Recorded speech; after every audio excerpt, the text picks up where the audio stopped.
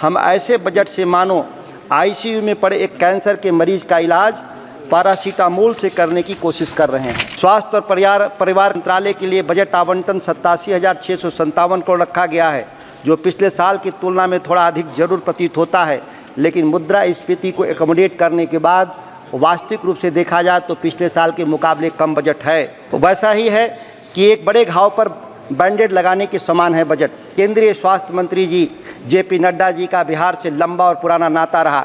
इसे देखते हुए मुझे इस बात का विशेषकर आशा है कि बिहार के स्वास्थ्य व्यवस्था को सुधारने और इसके लिए केंद्र से बिहार को मिलने वाले अनुदान पर विशेष ध्यान दिया जाएगा। पर इस बार भी बिहार को निराशा ही हाथ लगा। दरभंगा एम्स अब जिस ढर्रे पर चला है, यह कब बनकर तैयार होगा यह कोई नहीं बता सकता। बिहार को पटना और दरभंगा एम्स के अलावा कम से कम 3 और एम्स की ज़रूरत है, अन्यथा बिहार के लोग दिल्ली एम्स के चक्कर काटने को शापित रहेंगे। औरंगाबाद में स्वीकृत मेडिकल कॉलेज पैसे के अभाव में निर्माण शुरू नहीं हो पाया। देव जैसे ऐतिहासिक पर्यटन स्थल पर बड़ा अस्पताल का निर्माण हो।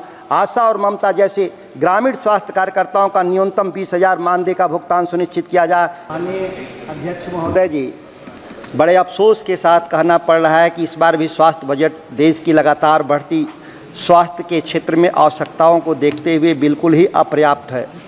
इससे भी अधिक दुर्भाग्यपूर्ण यह है कि अगर हम देश में स्वास्थ्य सुविधाओं की स्थिति पर ध्यान दें तो पिछले कुछ सालों के स्वास्थ्य बजट से साफ दिखता है कि स्वास्थ्य बजट बढ़ाना सरकार की प्राथमिकता में शामिल नहीं है। हम यह सब देखा है कि कोविड के समय पूरा देश किस प्रकार असहाय हो गया था। पूरे स्वास्थ्य संरचना ने कोविड की भयावहता के सामने मानो आत्मसमर्पण ही कर दिया है और नतीजतन सबसे ज़्यादा भारत में ही कोविड से लोगों ने अपने प्राण गंवाए। अफसोसजनक है कि भयंकर कोविड भी हमें जगा नहीं पाया। हम ऐसे बजट से मानो आईसीयू में पड़े एक कैंसर के मरीज का इलाज पैरासीटामोल से करने की कोशिश कर रहे हैं।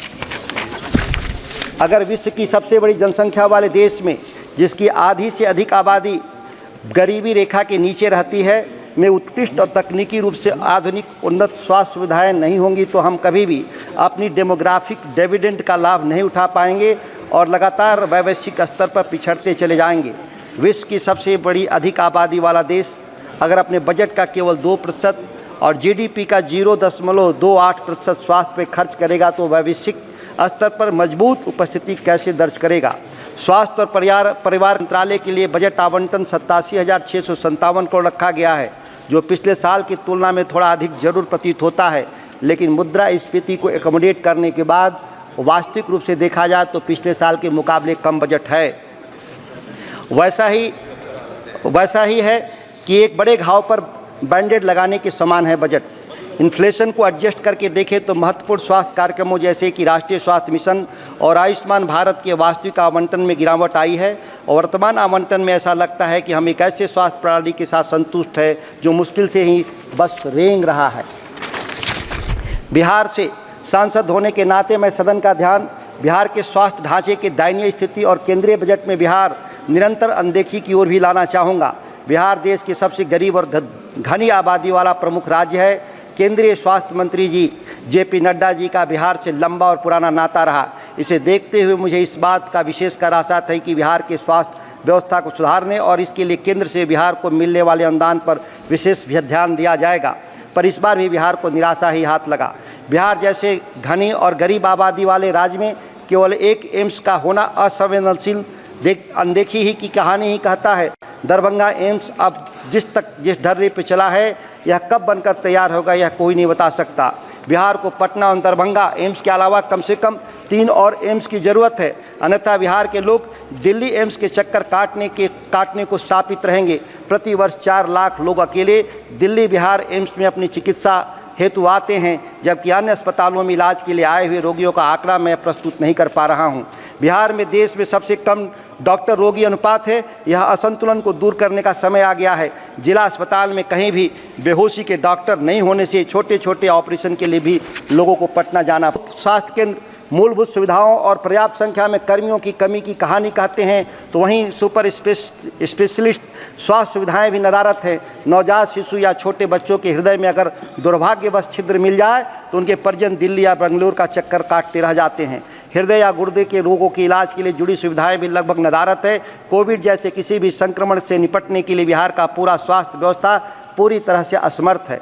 महिलाओं के स्वास्थ्य संबंधी सुविधाओं और उपचार की व्यवस्था भी भयावह स्थिति में है। एनीमिया बिहार में महिलाओं के बीच एक गंभीर समस्या बनी हुई है। एक तत्पर और सतत एनीमिया स्क्रीनिंग कार्यक्रम अत्यावश्यक है। शिशु मृत्यु दर, मातृ शिशु मृत्यु दर, जच्चा बच्चा में पाए जाने वाले कुपोषण के मामले में बिहार में भी चिंताजनक स्थिति में है। ग्रामीण क्षेत्रों में चिकित्सक अपनी सेवाएं देना नहीं चाहते। यह स्थिति हमारे ग्रामीण स्वास्थ्य ढांचे को कमजोर करती है और ग्रामीण जनसंख्या को चिकित्सा सेवाओं के लिए शहर भागना पड़ता। बिहार में सभी पटना की ओर भागते हैं। इस समस्या के समाधान के लिए सरकार यह अनिवार्य करे कि सभी चिकित्सा संस्थान तक अपनी पढ़ाई पूरी करने के बाद ग्रामीण क्षेत्रों में कुछ वर्षों तक सेवा देंगे, तभी जाकर ग्रामीण क्षेत्रों में स्वास्थ्य सुविधाओं में सुधार की आशा की जा सकती है। इसके लिए अगर ज़रूरत पड़े तो संसद से कानून बनाने की भी आवश्यकता है। बिहार में चिकित्सकों और विशेषज्ञों की कमी 2005 से 2022 के बीच 46% से बढ़कर 79% हो गया। इस पर भी केंद्र सरकार को ध्यान देना होगा। बिहार का स्वास्थ्य संरचना भारी संकट में है। प्रति लाख लोगों पर अस्पताल के बिस्तरों की संख्या बिहार में देश में सबसे कम केवल 6 हैं। बजट में महत्वपूर्ण पहलुओं पर भी ध्यान नहीं गया। जरूरत थी आयुष्मान योजना को सभी आय समूहों के वृद्धों के लिए उपलब्ध करवाया जाए। इसके लिए विशेषकर वृद्धों, विकलांगों और कमजोर वर्गों के लिए लोगों के नियमों में ढील दी जाए। मैं 1 मिनट में अपनी बात समाप्त करता हूं। अंतिम में मैं बिहार के लिए एक एम्स की स्थापना का मांग करता हूं ताकि बेहतर इलाज के लिए दिल्ली मुंबई नहीं जाना पड़े। औरंगाबाद में स्वीकृत मेडिकल कॉलेज पैसे के अभाव में निर्माण शुरू नहीं हो पाया। देव जैसे ऐतिहासिक पर्यटन स्थल पर बड़ा अस्पताल का निर्माण हो। आशा और ममता जैसे ग्रामीण स्वास्थ्य कार्यकर्ताओं का न्यूनतम 20,000 मानदेय का भुगतान सुनिश्चित किया जाए। यह देश की सरकार से मैं मांग करता हूँ। मैं अपनी बात समाप्त करूँ।